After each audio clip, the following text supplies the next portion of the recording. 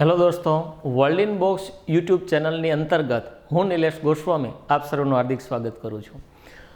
આજ જે ડેલી 5 અંતર્ગત સબ્જેક્ટ જોવા જઈએ તો રિઝનિંગના 5 પ્રશ્ન, પૂર્વ પૂછાયેલ પરીક્ષાની અંતર્ગતના 5 પ્રશ્ન છે. તો એની અંતર્ગત શોર્ટકટ સાથે જોવા જઈએ આપણો પ્રશ્ન નંબર પહેલો. પ્રશ્ન નંબર પહેલો એવું કહે છે કે કોઈ સાંકેતિક ભાષામાં લિમ્કા શબ્દને ACM I અને L વડે દર્શાવવામાં આવે છે તો ફેન્ટા શબ્દને કેવી રીતે લખી શકાય. લાસ્ટમાં જે કોન્સ્ટેબલનું પેપર લેવાનું એની અંતર્ગતનો આ પ્રશ્ન છે. અને ચેપ્ટરની વાત કરવા જઈએ તો કોડિંગ ડિકોડિંગ નામનું આ ચેપ્ટર છે. હવે જો તો કોડિંગ ડિકોડિંગ જે છે એની અંતર્ગત વેરિએશનવાળા 5 થી 6 ટાઈપના પ્રશ્નો પરીક્ષાની અંદર પૂછાતા હોય છે.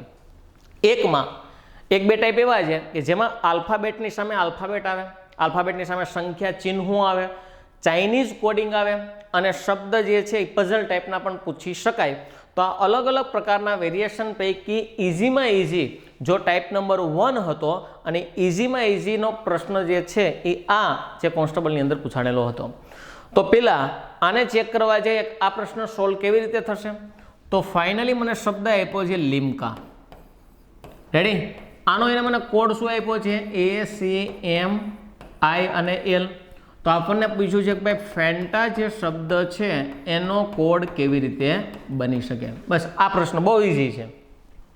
હવે અહીંયા તમે જોઈ શકો કે આલ્ફાબેટની સામે આલ્ફાબેટ છે તો કે આ છે. બંનેની સંખ્યા 5 મૂળાક્ષરો છે, અહીંયા પણ 5 મૂળાક્ષરો છે. અહીંયા જેવા મૂળાક્ષરો છે બેઠે બેઠા સામે કોડમાં પણ મૂળાક્ષરો છે. એનો મતલબ એવો થાય કે એ ટાઈપ નંબર કેટલામાં બની ગયો? પહેલો. જો આખી વસ્તુને કોડિંગ ડિકોડિંગ નહીં પણ બધા જ ચેપ્ટરને A થી લઈ અને Z સુધી, કોન્સ્ટેબલથી માંડી અને GPSC ક્લાસ 1 સુધીના જો ચેપ્ટર, એમાં IBPS નો પણ સમાવેશ થઈ જશે, SSCના પણ મોસ્ટ ઓફ ચેપ્ટરનો સમાવેશ તમને જોવા મળશે. તો મિત્રો એકવાર જરૂરથી એપ્લિકેશન આવે ત્યારે એને એકવાર વિઝિટ કરવી. બહુ નોર્મલ કોસ્ટ છે અને સારામાં સારું ઉત્તમ કામ તમને આપવામાં આવેલું છે. તો ફાઇનલી એક સમજો તો ધારો કે આ એક વસ્તુને સોલ્વ કરવા જઈએ તો ભાઈ A પેલા લખ્યો અહીંયા છેલ્લા છે, C જે છે બીજા નંબરે છે, તો અહીંયા રિવર્સ આખા ક્રમ તમને જોવા મળે છે. M આવ્યો, I આવ્યો અને L આવ્યો. રેડી? આખું જે છે એ શબ્દને એને રિવર્સ ક્રમમાં લખેલો છે. તો અહીંયા જો રિવર્સ ક્રમ હોય તો અહીંયા પણ મારે રિવર્સ ક્રમ દર્શાવવો પડે. પહેલા કોણ આવ્યો? A, પછી કોણ આવશે? T. રિવર્સ લખું છું, પછી કોણ આવે? N, પછી આવે A અને છેલ્લે કોણ આવશે? F. વાંચવાની ટ્રાય કરવાની નથી, માત્ર ને માત્ર જવાબથી મતલબ છે. એટલે ATNAF. AT, અહીંયા AT નથી, અહીંયા પણ AT નથી, અહીંયા પણ AT નથી. ATNAF તમારો ઓપ્શન શું આવવાનો છે? D મારા પ્રશ્નનો ફાઇનલ આન્સર આવવાનો છે. વધીએ પ્રશ્ન નંબર બીજામાં. તો દિશા વિશે પ્રશ્ન કયો, ઘડિયાળ કયો, બેયનો સમન્વય કરી અને આ પ્રશ્ન રિસન્ટલી ઘણી બધી પરીક્ષાઓમાં તમને જોવા મળશે અને અગાઉ પણ પરીક્ષાની અંદર આ જોવા મળેલો છે. તો પહેલા આપણે વાત કરીએ ભાઈ 4.5 કલાકે જો મિનિટનો કાંટો પૂર્વ દિશા દર્શાવતો હોય તો કલાકના કાંટાની વિરુદ્ધ બાજુએ કઈ દિશા હશે? હવે સમજો, સૌપ્રથમ હું દિશાઓની જો વાત કરવા જાઉં તો દિશાઓમાં સૌપ્રથમ ઉત્તર આવે, આ દક્ષિણ આવે, આ પૂર્વ આવે અને આ પશ્ચિમ આવે. તો તમારે શું કરવાનું? આવો કોઈ પણ પ્રકારનો પ્રશ્ન જ્યારે પરીક્ષામાં પૂછાય છે તો 4:30, 4 અને 30 કલાકે પહેલા કલાકનો કાંટો ક્યાં હોય અને મિનિટનો કાંટો ક્યાં હોય આ એક મૂકી દેવાનો. તો ધારો કે 4:30 થાય છે, એનો મતલબ એવો થાય કે એક્ઝેક્ટલી 6 ઉપર કયો કાંટો હોય? મિનિટનો કાંટો. અને 4 અને 5 ની વચ્ચે કયો કાંટો હોય? તો કે કલાકનો કાંટો. આઈ હોપ કે અહીંયા સુધીનું તમને સમજાણું હશે. 4:30, 4 અને 30. આગળ વાંચો એટલે તમને આઈડિયા આવે કે ભાઈ જો મિનિટનો કાંટો પૂર્વ દિશા દર્શાવતો હોય, મિનિટનો કાંટો કઈ દિશા દર્શાવે છે? પૂર્વ. તો અહીંથી વિચારો, ધારો કે મિનિટનો કાંટો જે છે એ કઈ દિશામાં છે? પૂર્વ. જો આ પૂર્વ હોય એનો મતલબ એવો થાય કે ઉપર કઈ હશે ભાઈ? પશ્ચિમ જ હશે. એટલે આ વસ્તુ મને મળી ગઈ કે ભાઈ ઉપર પશ્ચિમ, નીચે શું આવશે? પૂર્વ. કારણ કે ભાઈ મિનિટનો કાંટો છે કઈ દિશા દર્શાવે છે? પૂર્વ દિશા. તો જે આ કલાકનો કાંટો છે ને એ કઈ દિશા દર્શાવતો હશે? તો આની હવે ચર્ચા કરીએ. તમે સમજો તો ઘડિયાળની દિશાની હું વાત કરવા જાઉં, જો પૂર્વમાંથી ઘડિયાળની દિશામાં આવું એટલે શું આવે? દક્ષિણ.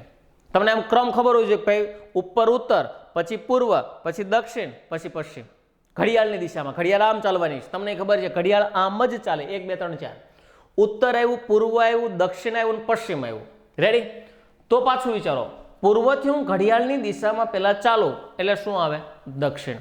તો આ પૂર્વ છે, પૂર્વની જો ઘડિયાળની દિશામાં ચાલું એનો મતલબ કે અહીંયા શું આવશે? તો અહીંયા આવી ગયું દક્ષિણ. તો દક્ષિણની એક્ઝેક્ટ સામે શું હશે? તો કે ઉત્તર. એટલે આ તમારો જવાબ આવે છે ઉત્તર. હવે પાછું વિચારો કે કલાકનો કાંટો એક્ઝેક્ટલી ઉત્તરમાં નથી, કલાકનો કાંટો એક્ઝેક્ટલી પૂર્વમાં નથી. કલાકનો કાંટો છે ને એ આ બેના ખૂણાની વચ્ચે, જો એક્ઝેક્ટલી બેના ખૂણાની વચ્ચે આવે. જો ખૂણાની વચ્ચે આવે તો ઉત્તર અને પૂર્વ બેને હું ભેગા કરી દઉં એટલે તમારા કલાકનો કાંટો ક્યાં હશે? ઉત્તર પૂર્વ દિશામાં હશે. ઓપ્શન કયો આવવાનો છે ભાઈ? ડી મારા ફાઇનલ આન્સર આવવાનો છે, ઉત્તર પૂર્વ. રેડી? ક્લિયર છે? આગળના પ્રશ્નની વાત કરવા જઈએ. જો પ્રશ્ન નંબર 3ની વાત કરવા જઈએ, આપેલી શ્રેણીમાં કઈ સંખ્યા ખોટી છે? પેલા શ્રેણીની વાત કરીએ. 1 આવ્યો, 8 આવ્યો, 9 આવ્યો, 64 આવ્યો, 125 આવ્યો, 216 આવ્યો અને એક કેટલો આવી ગયો? 49. હવે સમજો તો શ્રેણી સિરીઝનો આ કોન્સેપ્ટ છે. તો સિરીઝમાં કઈ વસ્તુને પ્રાયોરિટી પહેલા આપવી, ત્યારબાદ ક્રમ નક્કી તમને ખબર હોવી જોઈએ કે હંમેશા પહેલી પ્રાયોરિટી મારે આ વસ્તુને જ આપવાની છે, બીજી આને, ત્રીજી આને, ચોથી આને, એમ ક્રમ આપેલો હોવો જોઈએ.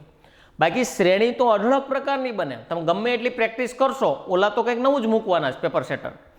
તો પ્રાયોરિટી પ્રમાણે હું મારા અનુસંધાનમાં વાત કરવા જાઉં એટલે હંમેશા હું શ્રેણીની અંદર પહેલી પ્રાયોરિટી હંમેશા અવિભાજ્ય સંખ્યાને આપું. પહેલાં હું જોઈ લઉં કે ભાઈ શું આપેલી શ્રેણી છે અવિભાજ્ય સંખ્યા સાથે કોઈ સંબંધ ધરાવે છે? તો કે ના. તો બીજી પ્રાયોરિટી હું હંમેશા વર્ગ અને વર્ગમૂળને આપું, અને ઘન અને ઘનમૂળ, વર્ગ અને ઘનને આપું. પહેલી પ્રાયોરિટી અવિભાજ્ય સંખ્યામાં જોયું, ત્યારબાદ હું શોને આપું?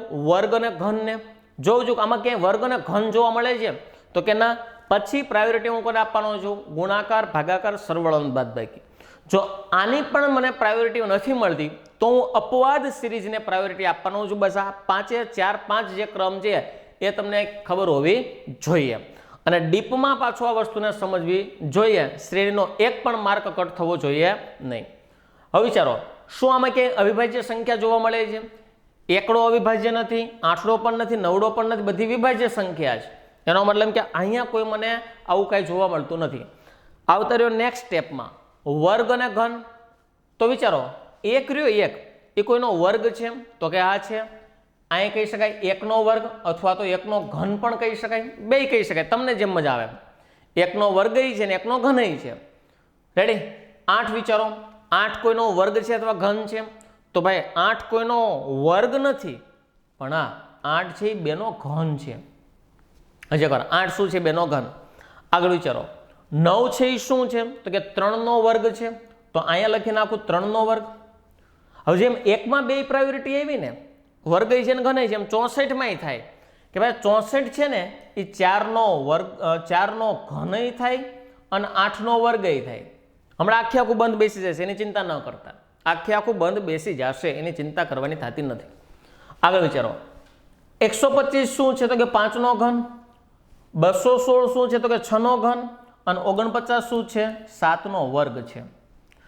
હવે આટલી સંખ્યાઓમાંથી ગમે એક સંખ્યા ખોટી હશે એને મારે શું કરવાની છે? ફાઇન્ડ કરવાની છે કે આમાં કઈ વસ્તુ ખોટી હશે અને ખોટી છે. આના કરતાં એક ઓપ્શનને ચેક કરો તો 164 આ ખોટું હોઈ શકે, 125 આ હોઈ શકે, 49 આ હોઈ શકે અને 216 એટલે આ હોઈ શકે. એનો મતલબ શું છે કે આગળના 3 આંકડા તો સાચા જ છે, ખોટું છે એ પાછળના 4 આંકડામાં. તો અહીં એક વસ્તુ વિચારો તો ધારો કે હું કહી શકું, જો ખોટું તો કોઈ એક જ હશે, ખોટું વસ્તુ હશે એ કોઈ એક જ હશે, બધાય નહીં હોય. ધારો કે આ ઘન છે, આ ઘન છે, પાછો આ વર્ગ આવ્યો, આ તો સાચું જ છે. પાછો ઘન, ઘન ને ઘન, પાછો વર્ગ આવે છે, એટલે એ વસ્તુ બનવાની શક્યતા છે. પણ તો બધું સાચું થઈ ગયું પાછું. હજી એકવાર, ઘન ઘન વર્ગ, કેટલી વાર ઘન આવ્યા? 2 વાર. તો અહીંયા ઘન ઘન તો પાછો એકવાર વર્ગ આવવો જોઈએ, તો પાછો અહીં ઘન આવવો જોઈએ. સમજાય છે? તો ફાઇનલી એ પણ મારું લોજિક લાગતું નથી, કારણ કે જો અહીંયા વર્ગ મૂકું તો અમારે ઘન આવવું જોઈએ, એટલે તો બે ખોટું થયું. મારે તો ગમે એક જ ખોટું ફાઇન્ડ કરવાનું. તો હવે હું શું વિચારું કે ધારો કે હું આને ઘડી સ્કીપ કરું આને, તો આ ઘનની પ્રાયોરિટી આપી. હવે એક વસ્તુ અલ્ટરનેટ વિચારો તો શું વર્ગઘન છે, આવું હોઈ શકે કદાચ. તો આ શું છે? આ વર્ગ છે. આ શું છે? ઘન છે. આ તો મારું ફાઇનલ જ છે. ઘન છે, વર્ગ છે, તો આ પાછો શું હોવો જોઈએ? તો ઘન હોવો જોઈએ. જો ઘન વર્ગ તો ઘન, તો આ પાછો શું હોવો જોઈએ? ઘન. રેડી? તો આગળનો પાછો શું હોવો જોઈએ? વર્ગ. જો આ વર્ગ હોય તો આ વસ્તુ પાછી ખોટી પડી જાય, કારણ કે એકનો શું હશે? વર્ગ.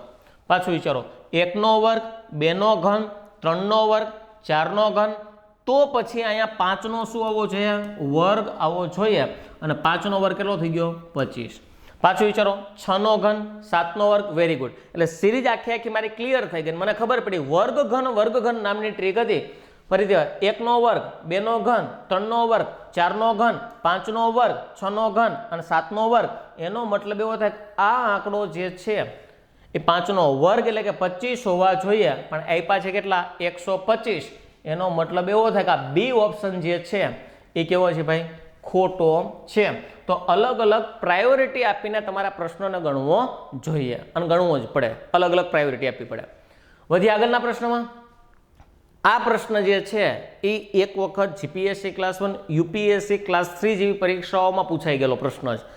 સમજો તો 4 મહિનાઓ પી, ક્યુ, આર અને એસ ક્રમિક મહિનાઓ છે, જેમાં ક્યુ અને આર બંને 31 દિવસના છે, તો આવી કુલ કેટલી જોડ બને? પ્રશ્ન પેલા શું કહે છે ને તમને નથી સમજાતું. એને એવું કીધું છે કે ભાઈ પી, ક્યુ, આર અને એસ ચારે ક્રમિક એટલે શું? આ જાન્યુઆરી હોય તો આ ફેબ્રુઆરી, માર્ચ અને એપ્રિલ હોય. રેડી? આ નવેમ્બર હોય તો આ નવેમ્બર, ડિસેમ્બર, જાન્યુઆરી અને ફેબ્રુઆરી. એટલે ક્રમિક એટલે આજુબાજુના હોય. ધારો કે આ જે છે એ એપ્રિલ હોય તો એપ્રિલ પછી મે, જૂન અને જુલાઈ હોય. આ ચારે ચાર કેવા હોય? ક્રમિક. એમાં એને શું કીધું કે જેમાં ક્યુ અને આર બે 31 દિવસ, એટલે ક્યુ 31 દિવસનો મહિનો હોય અને આર પણ કેટલા દિવસનો હશે? 31 દિવસનો મહિનો હોવો જોઈએ. એટલે ટૂંકમાં 31 બાજુમાં હોય આવી કેટલી જોડ છે? તો તમને ખબર જ છે કે ભાઈ જાન્યુઆરી, ફેબ્રુઆરી, માર્ચ, એપ્રિલ, મે, જૂન, જુલાઈ, ઓગસ્ટ, સપ્ટેમ્બર, ઓક્ટોબર, નવેમ્બર અને ડિસેમ્બર. ધારો કે અહીંયા 31 હોય, અહીંયા 28, 29 હોય, અહીંયા 31 હોય, 30, 31, અહીંયા 30, અહીંયા જુલાઈ અને ઓગસ્ટમાં 31, સપ્ટેમ્બરમાં 30, ઓક્ટોબરમાં 31, નવેમ્બરમાં 30 અને ડિસેમ્બરમાં કેટલા આવી ગયા? 31. તો મારે એવી જોડ ફાઇન્ડ કરવાની છે જ્યાં બાજુમાં 31 આવતા હોય. તો એવી જોડ ફાઇન્ડ કરવા જાવ તો પહેલી જોડ એક અહીંયા બની. જો જુલાઈ અને ઓગસ્ટમાં કેટલી જોડી બની ગઈ? એક. પાછું વિચારો 31 કેમ કે બાજુમાં છે નહીં, પણ હજી એક જોડ બને. ક્યાં? તો કે ડિસેમ્બર પછી કોણ આવી જાય? જાન્યુઆરી. એટલે પાછી 31ની જોડ બનશે. સમજાય છે? નવેમ્બર પૂરો થયો, ડિસેમ્બર મહિનો આવ્યો, ડિસેમ્બર પૂરો થાય એટલે પાછો કયો મહિનો આવે? જાન્યુઆરી. તો ડિસેમ્બર અને જાન્યુઆરીની પણ એક જોડ બને. તો ફાઇનલી અહીં તમારી ટોટલ જોડ કેટલી બનવાની છે ભાઈ? 2 જોડ ક્લિયર કટ બનવાની છે. રેડી? આવા અલગ અલગ પ્રકારના પ્રશ્નો પરીક્ષાની અંદર આ લોજિકલ પ્રશ્ન કહેવાય. તો આની અંદર બીજો પણ એક પ્રશ્ન હું તમને આ સમજાવી દઉં. આવો પણ પ્રશ્ન પૂછાય છે કે ભાઈ પી, ક્યુ, આર અને એસ ચારે કેવા મહિના છે? ક્રમિક. એમાં પી અને એસ 30 દિવસના મહિના હોય તો આર બરાબર કયો મહિનો હશે? પી અને એસ બે કેટલા દિવસના છે? 30 દિવસ. હવે મારે એવી એક વસ્તુ ફાઇન્ડ કરવી પડે. આ જેટલા મેં 12 મહિના તમને આપ્યા છે એમાં એવું ફાઇન્ડ કરવાનું કે ભાઈ 30 અને 30 એની વચ્ચે 2 ગેપ હોવા જોઈએ, તો એ ક્રમિક થઈ ગયા. 30 અને 30 વચ્ચે કેટલા ગેપ હોવા જોઈએ? 2. વિચારો તો અહીંયા 30 છે, જાન્યુઆરી, ફેબ્રુઆરી, માર્ચ અને એપ્રિલ, અહીંયા 31. સોરી, ફરીથી એકવાર. પી અને આર ની અંદર, સોરી, પી અને એસ ની અંદર કેટલા હોવા જોઈએ? 30 અને વચ્ચે પાછા કેટલા ગેપ હોવા જોઈએ? 2. અહીંથી વિચારો, 30 ને ફાઇન્ડ કરજો. અહીંયા 30 છે, અહીંયા પણ 30 છે, પણ ગેપ કેટલો છે? 1. એટલે આ પોસિબલ નથી. અહીં 30 છે, અહીં પણ 30 છે, એટલે અહીંયા વચ્ચે ગેપ કેટલા આવ્યા? 2. તો આ વસ્તુ પોસિબલ છે. એનો મતલબ એવો થાય કે એને આ 4 મહિનાની વાત કરેલી હશે. કયા? જૂન, જુલાઈ, ઓગસ્ટ અને સપ્ટેમ્બર. જો 30 અહીંયા, 30 અહીંયા, વચ્ચે ગેપ કેટલા આવી ગયા? 2. તો આ P હોય, આ Q હોય, તો આ શું થઈ ગયો? R. R એટલે કયો મહિનો આવવાનો છે ભાઈ? ઓગસ્ટ મહિનો આવવાનો છે.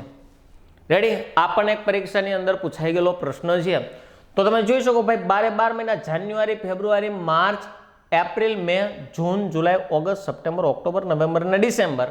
આ એક છે ને એ કેલેન્ડર નામનો કોન્સેપ્ટ છે અને કેલેન્ડરમાં પૂછાતા અલગ અલગ પ્રકારના પ્રશ્નો એની અંદર ખાસ તમને એક ડાયરેક્ટ પ્રશ્ન પૂછાય કે ભાઈ 15મી ઓગસ્ટ 1947 ના રોજ કયો વાર હતો? આવા પ્રશ્ન બહુ એટલે બહુ પરીક્ષાની અંદર હવે પૂછાતા હોય. તો જ્યારે આવા પ્રકારના પ્રશ્નો પૂછાય ને એની શોર્ટકટલી આન્સર માત્ર ને માત્ર 30 સેકન્ડની અંદર કેવી રીતે આપવો આન્સર, એની માટે બેઝિક વસ્તુ તમને ક્રાઇટેરિયા ખબર હોવી જોઈએ, જે તમને આપણી આવનારી વર્લ્ડ બોક્સ માય ક્લાસની એપ્લિકેશનની અંદર આ બધી વસ્તુ તમને જોવા મળશે, તમામ પ્રકારના ટોપિક. વધ્યા આગળ. હવે રીઝનિંગ તમને ખબર છે કે ભાઈ બે પ્રકારનું આવે. કેટલા પ્રકારનું આવે છે? બે પ્રકારનું. એક વર્બલ આવે અને એક નોન વર્બલ આવે. વર્બલ એટલે શું? કે જેની અંદર શબ્દોની મારામારી હોય, તમારે આગળની કોઈ પણ પ્રકારના પ્રશ્નને સમજવાનો હોય. અને નોન વર્બલ એટલે શું? જેમાં શબ્દ ન હોય, માત્ર આકૃતિઓનો સહારો હોય. તો આજે હવેનો જે છે પ્રશ્ન એ આપણને નોન વર્બલનો પ્રશ્ન આપેલો છે. તો પહેલા આપણે પ્રશ્નને સમજીએ. પ્રશ્ન શું કહેવા માંગે છે? નોન વર્બલની અંદર 6 થી 7 ચેપ્ટર બને. એક શ્રેણીવાળું બને, સમસંબંધવાળું બને, વર્ગીકરણવાળું બને.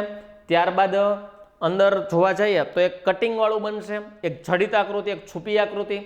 રેડી? આ બધા જ કોન્સેપ્ટ છે. અરીસાનું બને, પાણીનું બને. તો આવા 6 થી 7 ચેપ્ટર માત્ર ને માત્ર નોન વર્બલના ચેપ્ટર છે, જે રોકડા માર્ક ધરાવે છે.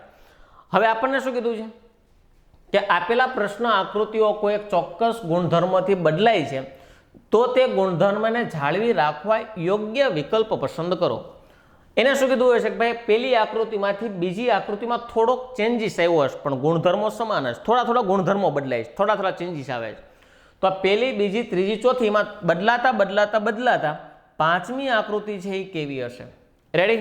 હવે જુઓ તો અહીંયા જુઓ તો ધારો કે હું પેલા ઉપરની જે ખાલી લાઈન છે ને એને પ્રાયોરિટી આપું, તો આ 1, 2, 3 ને 4 બે લાઈન આડી અને ઊભી છે અને બે લાઈન ક્રોસ છે. આપણે આકૃતિ સીધી દોર નાખીએ.